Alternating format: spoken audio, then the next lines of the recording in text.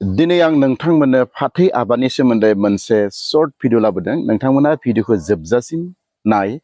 आरो नोंथांमोना जुदि फाथै आबादनि सोमोन्दै माबाफोर मिथिनो लुबैयोब्ला एबा माबाफोर जुदि नोंथांमोना गोनां सोंथि दङब्ला नोंथांमोना आंनि नैबे भिडिअनि जि कमेन्ट बक्स बे कमेन्ट बक्सआव नोंथांमोननि जि कन्टेक्ट नाम्बार बे कन्टेक्ट नाम्बारखौ हो आं नोंथांमोनखौ कल खालामगोन वाट्सएप खालामगोन। दा नैबे आंनि फाथै आबाद बेटेल लिफ फार्मिं नोंथांमोना नुदों नैबे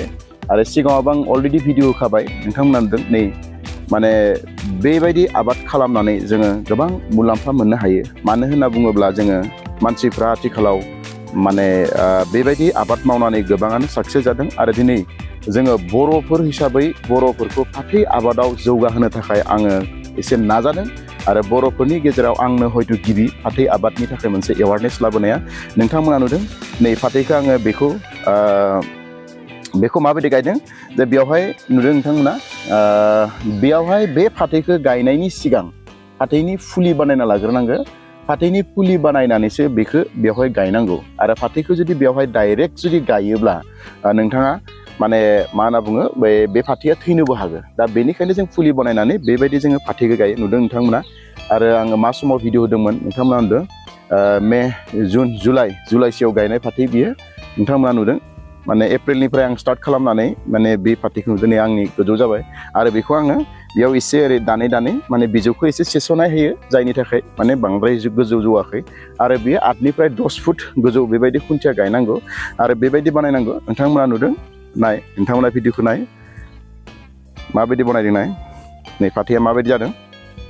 बेनो बे फाथैनि क्वालिटिखौ नाय नोंथांमोना बेसे गिदिर जादों नै बे आंनि आखाइ नङा होमबा नै बे आंनि आखाइ नै आंनि आखाइजों बे नाय आंनि आखाइया बेसे गिदिर जादों फाथैया नङा होमबा बिराद मोजां क्वालिटिनि माने फाथै मोननो हायो आरो एकदम माने साइन्टिफिकलि मेथडजों आङो मावदों। बे ग्रिन हाउसनि सिङाव बेखौ बानायनाय जादों आरो आंनि न'आथ' बे खाथियावनो एजों नाय आं न' खाथियावनो मावदों नङा होमबा बे आंनि न' बे न' खाथियावनो आङो बे आबादखौ मावदों। नोंथांमोना फाथैनि जि क्वालिटि बे क्वालिटिखौ नायनो दा ओंखायनो जोङो माने साइन्टिफिकलि मेथडजों फाथै आबाद मावनानै जों साक्सेस जानो हायो। मानो होनना बुङोब्ला आं नोंथांमोननो प्रेक्टिकेल बेखौ दिन्थिदों नुदों नोंथांमोना नाय नै फाथै माने बेजों बेसे क्वालिटिनि जादों नोंथांमोना नाय फाथैनिखौ खाखांना होनांगौमोन माने दिरुंजों जुदि फाथैया बेबायदि जायोबा बेखौ माने ओरै खाना होनांगौ बेखौ जायखिजाया माने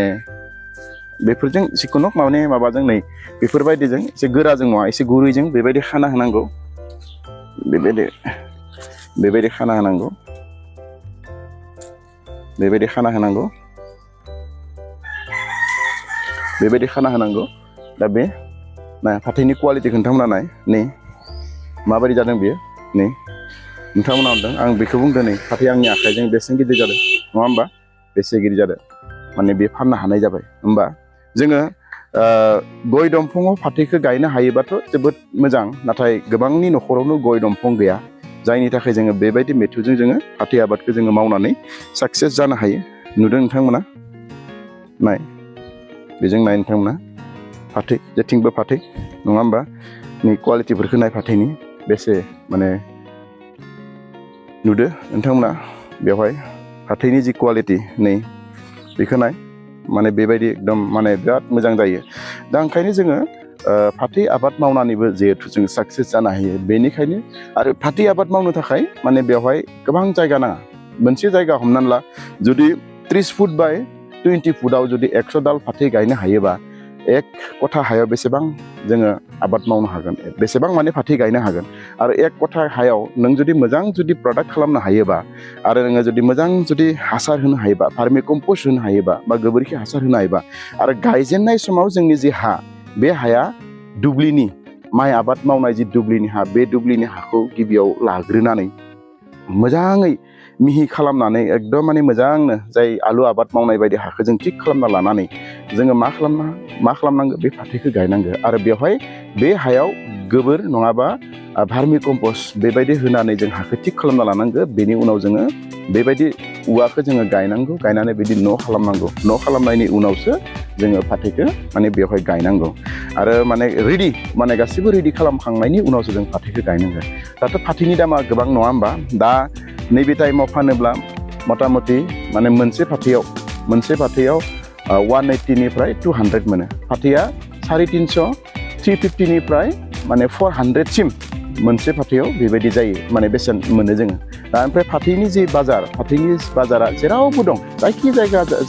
जायगायावनो थाङा मानो नोंथाङा फाथैखौ फाननो हागोन दा बाथ्राया जाबाय मा जोङो खायफा गिदिर मानसिफ्रा माने गय दंफाङाव फाथै होयोब्ला बा नारेंखल दंफाङाव फाथै होयोब्ला जों गाखोनानै खानो असुबिदा जायो दा बेनिखायनो जोङो बेबायदि 8 फुट बा 10 फुट गोजौआव जोङो बेबायदि औवा होनानै जों बिदि खालामनानै जों फाथै आबादखौ मावनो हायो आरो बेखायनो आङो बुंदों जे नोंथांमोना जुदि माबाफोर मिथिनांगौ दङब्ला नोंथांमोना नैबे भिडिअनि कमेन्ट बक्सआव नोंथांमोना आंखौ कमेन्ट बक्सआव नोंथांमोननि कन्टेक्ट नाम्बारखौ आं नोंथांमोननो वाट्सएप खालामगोन आरो नोंथांमोननो आङो फनाव कन्टेक्ट खालामनानैबो नोंथांमोनजों रायलायगोन आरो जोंनि वाट्सएप ग्रुप दङ नोंथांमोननि जे वाट्सएप ग्रुप माने जोंनि बे वाट्सएप ग्रुपआव नोंथांमोननि नाम्बारखौ आङो एड खालामगोन दा बेखिनियानो